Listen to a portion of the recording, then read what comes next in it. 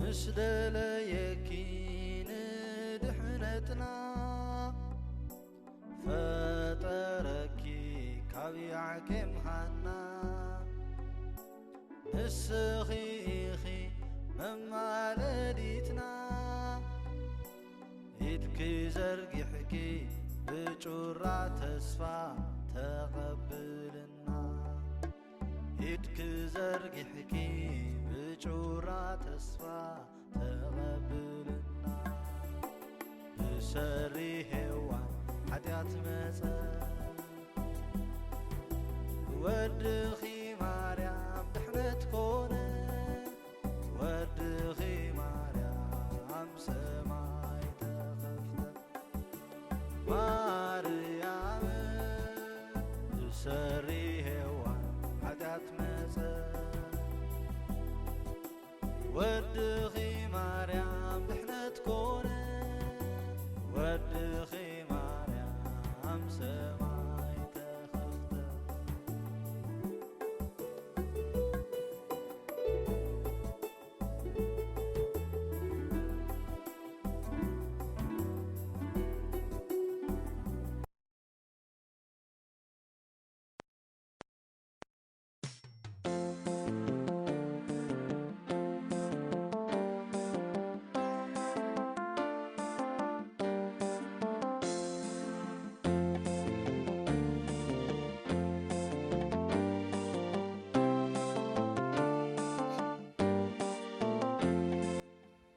بسم أبن ولدن منفس قدسن حدا أملاخ أمين زي أبير أملاخنا بروخ لي تهديرونا بزمعات زي نسا ساقرنا نا مسقنا معالتنا خبارخين قدسن بقار نايرومي صلوتن هستنتنو قال أملاخن نسمع أبونا بسماي تنبر سنكاي مسجن من قصة تمتا فقط كاب سماي كم ضخني كم ونا مدريخون مقبعلتنا لو مهبنا زبدلنا كا وربلنا نحنا ون زبدلنا يقرا خم نبل هفتنا يتأتونا كاكفاد حننا كمي منقستن حايلن كبرن نزل عالم ناتكاي أمين سلام نعخي ومريم ጸጋት መልአኪ እግዚአብሔር ምሳኺ እዩ ካባንስ ዝተባረከ እኺ ናይ ከርሲ ፍሬ ዝተባረኸ እዩ ቅድስቲ ማርያም ኣደ ኣምላኽ ለምንልና ንዓናን ንሃጣን ንሕጂን ብግዜ ሞትናን ኣሜን ስብሃት ንኣብን ንወልድን ንመንፈስ ቅዱስን ይኹን እንተ ከም ዝነበረ ሕጂ ከዓ ንወትሩ ንዘለዓለም ዓለም ኣሜን እንካብ ወንጌል ሉቃስ معرف حدا كاب عصر شمونتي سقال إسرام زكرياس كا نتمل آخ آنه شمجيلئيه سبيتي كا موالة حليفي إمو إذن قرزي بمنتاي كفضي بلو نتمل آخ كا مليسو خمز بلو آنه آبكيد ما أملا كويمي زقلقل قبريئيه نبخا زتلا أكدما نزن قراتزي كزاربكان كبسركانيه نوخا ነቲ ብግዚኡ ዝፍጸም ዘረባይ ስለዘይኣመንካ ክሳዕ ዝነገር እዚ ዝፍጸመሉ መዓልቲ ዓባስ ክትከውን ምዝራብ እውን ክትስእን ኢኻ خبركم حواتن حتن እምበኣር ሎሚ እውን ኣብ ጉዕዞ ኣብ ግዜ ፍልሰታ በዓለ ፍልሰታ ንኽነብዕል ኣብ እንቀራረበሉ ዘለና ግዜ ከምኡውን መቐፀልታ ናይቲ ማሊ ብዛዕባ እኖና ቅድስት ድንግል ማርያም ንቃል ኣምላኽ ነቲ ብገብርኤል መልኣኽ ዝመፃ መልእኽቲ ተቐቢላ ኣነ እኒኹ ባርያ እግዚኣብሔር ከምቲ ዝበልካለይ ይኹነለይ እናበለት መደብ ኣምላኽ ኣብኣ ክፍፀም ክትፍቅድ ርኢና እናስተንቲና ሎሚ ከዓ እምነት ማርያም መቐፀልታ ናቱ ብዛዕባ እምነት ማርያም ክነስተንትን ዘካርያስ እምበኣር ካህን ኣብ ውሽጢ ቤት መቕደስ ኮይኑ ኣገልግሎት ክህነቱ ክፍፅም ከሎ መልኣኽ እግዚኣብሔር መፂኡ ሰበይቲ ኤልሳቤጥ ወዱ ከም እትወልደሉ ኣበሰሮም። ዘካርያስ ግና ንሱን ሰበይቱን ብዘይ መጠን ኣሪጎም ስለ ዝነበሩ ምእማን ተሳእኖም። እቲ መልኣክ ከዓ ኣነ ኣብ ቅድሚ እግዚኣብሔር ቆይመ ዘገልግል ገብርኤል እየ ናባኻ ዝተለኣኩ ድማ ነዚ ነገራት እዚ ክዛረበካን ከበስረካን እየ እንሆ ኸዓ ነቲ ብግዚኡ ዝፍጸም ዘረባይ ስለ ዘይኣመንካ ክሳብ ዚ ነገር እዚ ዝፍጸመሉ መዓልቲ ዓባስ ክትከውን ምስ ዘራብ እውን ክስእን ኢኻ ክብሎ ንርኢ። ድሕሪ 6 ኣዋርሕ ድማ ገብርኤል መልኣኽ እንደገና ናብ ማርያም ተላእኸ።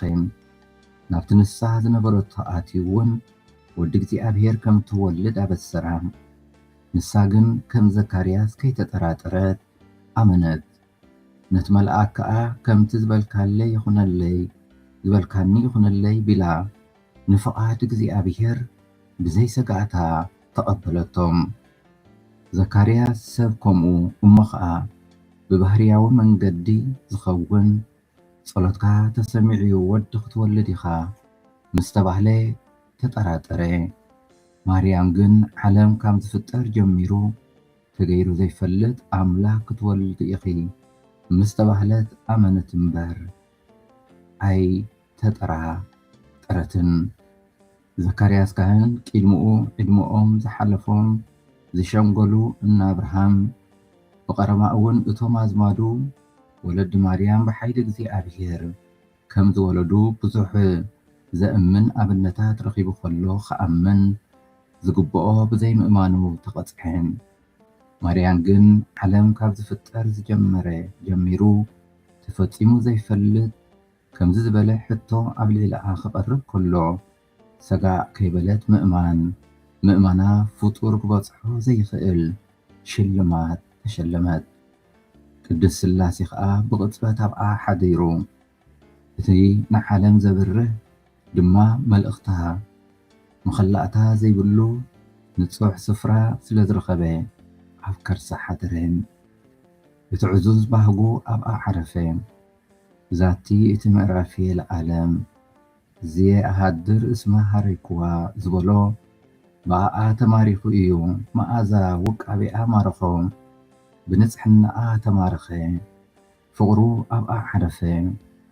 ሕትምቲ ብድንግልና ዝኣልባ ሙስና ክሳብ ሕጂ ሙሉእ ብምሉእ ንእግዚኣብሔር ዝተገብአ ኮይኑ ዝተረኽበ ፍጡር ድንግል ማርያም ጥራሕዮም። ኣብ እግዚኣብሔር ዘለዋ እምነት ዝኾነ ይኹን ፍጡር ክወዳደራ ኣይክእልን እዮም። ቅድስቲ ኤልሳቤጥ ቅድስቲ ድንግል ማርያም ክትበጽሓ ምስ ከደት እቲ ካብ እግዚኣብሔር ዝተላእኸኪ ከም ዝፍጸም ስለ ዝኣመንኪ ብፅዕቲ ኢኺ ትብላ።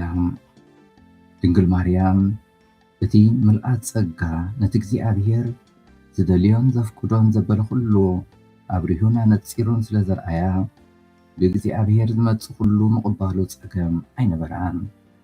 ሰናይ ጥራይ ዘይኮነ መከራ ስደት መስዋዕትነት ከይተረፈ ብእምነት ናይ ምቕባል ሓይሊ ነበራ።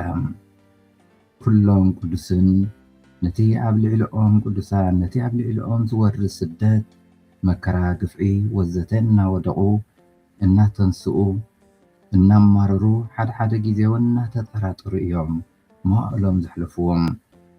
ንቅድስና ከም ዝበቕዑ ዝገበሮም እውን ብድኽመቶም ኣብ ንስሓ እናቐረቡ ስለ ዝተሓጽቡን ዝተነስሑን እዮም። ምልእቲ ጸጋ እንተዘየሎ ምልኣት እምነት ክርከብ ኣሸጋሪ እዩ። ቅድስት ድንግል ማርያም ግና ኣብኣ ምልኣተ ጸጋ ስለ ዝነበረ ነቲ ብእግዚኣብሔር ክፍጸም ዘለዎ ኣቐዲሙ ስለ ዘርኣያ ዝገጥማ ዘበለ ኩሉ ሰጋእ ከይበለት ክትሓልፍ ነበራ። ናይ ዓለም ነገር ፈጺሙ ኣይተንክፋን። በቲ ኣብ ልዕሊ ወዳ ክፍጸም ዘለዎ ንልባ ብሰይፊ ሓዘን እኳ ይስንጥቕ እንተነበረ ነቲ ፍቓድ እግዚኣብሔር ካብ ፍቓድ እግዚኣብሔር ከርሕቓ ግን ኣይከኣለን። ወዳ ካብዚ መከራ እዚ ነፃ ክኸውን ዝብል ኣተሓሳስባ ኣብ ልባ ቦታ ኣይረኸበን። ቅድስት ድንግል ማርያም እምበኣር ሓለፋ ኩሉ ናይ ቤተ ክርስቲያን እታ ዝበለፀት መራሒት እያ። ስለዚ ኣብኣ ክንጽጋዕ ኣማልድነት እታ ክንሓትት ኣሰራ ክንክተል ከመይ ብእምነታ ብፅት ምዃና ዝተመስከረላ ፍጥረት እያ ብተኣዘዞኣ ከምቲ ዝበልካለይ ይኹነለይ ኢላ ሓንሳብ ንፍቓድ እግዚኣብሔር ምስ ተቐበለት ክሳብ መወዳእታ ወዳ ኣብ መስቀል ተሰቒሉ ድሕሪ ብዙሕ ስቓይ ሞይቱ ኣብ ሕቑፉ ክሳብ እትቕበሎ ንፍቓድ እግዚኣብሔር ምልክት ናይ ምምራር ከየርኣየት ንወዳ ነብኡ ዘስተለመት እያ ከመይ ዝበለ እምነት እያ ተዓዲላ ዝነበረት ምኽንያቱ ዝኸዓ ጸጋ እግዚኣብሔር ኣብኣ ስለ ዝነበረ ብተስፋ ነቲ ኩሉ ዝመጽእ መከራታት በቲ ኣብኣ ዝሓደረ ብርቱዕ ፍቕሪ እግዚኣብሔር ናብቲ ዓስቢ ሓወት ከም ትጥምት ገበራ ኣብ ጉዳይ ድሕነት እውን ተሓባባሪት ገይርዋ ቅድስት ድንግል ማርያም ኣብ ታሪኽ ድሕነት ስለ ዝተሳተፈትን ኣብ መስዋዕቲ ድሕነት ምስ ወዳ ስለ ዝተሰውአትን ብእምነት ዝመጽእ ሓደ እኳ ዝወዳደራ ኣይርከብን። ቅዱስ ሄሬኔዎስ ሄዋን ብዘይ ምእማና ዝኣሰረቶ ማርያም ብምእማና ፈትሓቶ ክብል ከሎ ቅዱስ ኣጎስጢኖስ ድማ ማርያም ነቲ ብስራት መልኣኽ ኣብ ዝተቐበለትሉ ጊዜ ብምእማና መንግሥተ ሰማይ ከፈተትልና እናበለ ብዛዕባ እቲ ተወዳዳሪ ዘይብሉ እምነታ ይገልጽ። ቄርሎስ ዘእስክንድርያ ቅድስት ድንግል ማርያም ሓቀኛ ዘንጊ ሃይማኖት እያ ይብላ። ቅድስት ድንግል ማርያም በኣር ብእምነታ ንእግዚኣብሔር ካብ ኩሉ ፍጡር ብዝያዳ ሓጐሰቶም እግዚኣብሔር ካብ ኩሉ ፍጡር ኣብሊጹ ከም ዘፍቀራ ንሳውን ከምኡ ኣዕዚዝ ዝኣመነቶን ኣፍቅረቶን ንሕና እውን ሎሚ ነፍሲ ወከፍና እግዚኣብሔር ኣምላኽ ስጋብ ኣብ መስቀል ሞዓል ክምሞት ስለ ዘፍቅረና ንሕና እውን ከምቲ ንሱ ዘፍቅረና ህይወቱ ምእንቲ ድሕነትና ዝሃበ ኩሉ ድኻምነትና እውን ንሕና እምነትና ክንገልጸሉ ክነፍቅሮ ንዕዘዝ ንሕተትን ንዕደምን ኣለና። እሳ ኣብ ሙሉእ ህይወታ ነቕብ ዘይብል ጽኑዕ እምነት ኣገልገለቶም ንሕና እውን ብጥምቀት ኣብ እምነትና ጸኒዕና ንክርስቶስ ክንክተል ዝተዓደምና ኢና። ስለዚ እግዚኣብሔር ኣምላኽ ሎሚ እውን ነዛ መዓልቲ እዚኣ እምነት እኖና ቅድስት ድንግል ማርያም ብምስትንታን ኣብኣ ወትሩ ኣማልድነታ ብምእማን ፍቓዱ ንኽንመልእ ብኣማልድነታን ሓገዛን ነዚ ጉዕዞ ፍልሰታ ብዝግባእ ክንቀራረብ ክንጸውም ክንጽሊ እግዚኣብሔር ኣምላኽ ሕጂ እውን ብኣማልድነታ ንነፍሲ ወከፍና ይሓግዘና። ንኽነምልኾ ዝፈጠረና እግዚኣብሔር ምስጋና ይኹን። ኣዴናን መድሓኒትናን ንዝኾነ ድንግል ማርያም ወላዲት ኣምላኽ ምስጋና ይኹን። ብፀድሕነትናን ሓይልናን ፀግዕናን ንዝኾነ መስቀል ክርስቶስ ምስጋና ይኹን። እግዚኣብሔር ኣምላኽና ናይ ንግሆ ጸሎትና ከም ሕያው መስዋዕቲ ተቐበለልና ኣብ ኩሉ ጉዕዞናን ስራሕናን ኣሰኒየና ሰናይ ዝኾነ ተግባራት ጥራይ እናፈጸምና ከም እንውዕል ግበረልና። ዝተባረኸን ዝተቐደሰን መዓልቲ ግበረልና። ኣማልድነት ኩሎም ቅዱሳን እኖና ቅድስት ድንግል ማርያም ኣይፈለየና። ሰላም ንዓኺ ኦ ማርያም ጸጋ ዝመልአኪ እግዚኣብሔር ምሳኺ እዩ። እንካብ ኣንስቲ ዝተባረኪ ኢኺ ናይ ከርሲ ፍረ ኢየሱስ ከዓ ዝተባረኸ እዩ። ኦ ቅድስቲ ማርያም ኣደ ኣምላኽ ለምንልና ንዓና ንኃጥኣን ንሕጅን ብጊዜ ሞትናን ኣሜን። ስብሃት ንኣብን ንወልድን ንመንፈስ ቅዱስን ይኹን ጥንቲ ከም ዝነበረ ሕጂ ከዓ ንወትሩ ንዘለዓለም ዓለም ኣሜን። እግዚኣብሔር ስለ ኩሉ ነገር ዝተመስገነ ይኹን። ወድኺ ማርያም ሰማይ ተኸፍተ ማርያም ዝሰሪ ሔዋን ኃጢአት መፀ ወድኺ ማርያም ድሕነት ኮነ ወድኺ ማርያም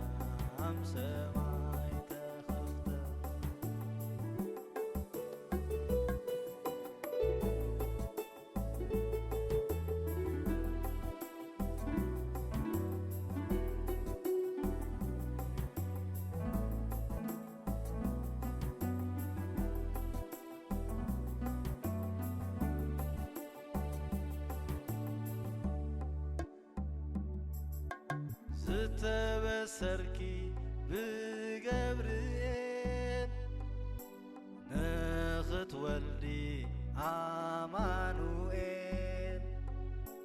ሕራይልኪ ተቐበልክዮ ብትሕትና ከም ዝበልካኒ ይኹን በልክዮ ብትሕትና ከም ዝበልካኒ ይኹን በልክዮ ብሰሪ ሔዋን ሓጢኣት መፀ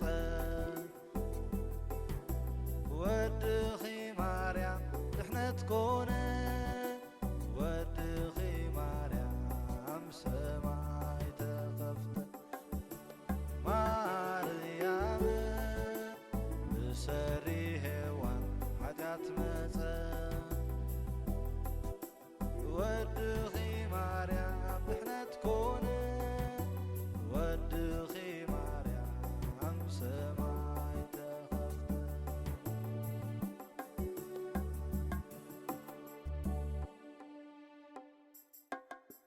አገልገልክያ ንኤልሳቤጥ ከይደለኽዮ ትኹሉ ዕቤት ምስ በለትኪ ብርኽቲ ኢኺ ንእግዚአብሔር ነብሰይ ተዕብዮ እውን በልኪ ንእግዚአብሔር ነብሰይ ተዕብዮ እውን በልኪ ብሰሪ ሔዋን ሓጢኣት መፀ ወድኺ ማርያም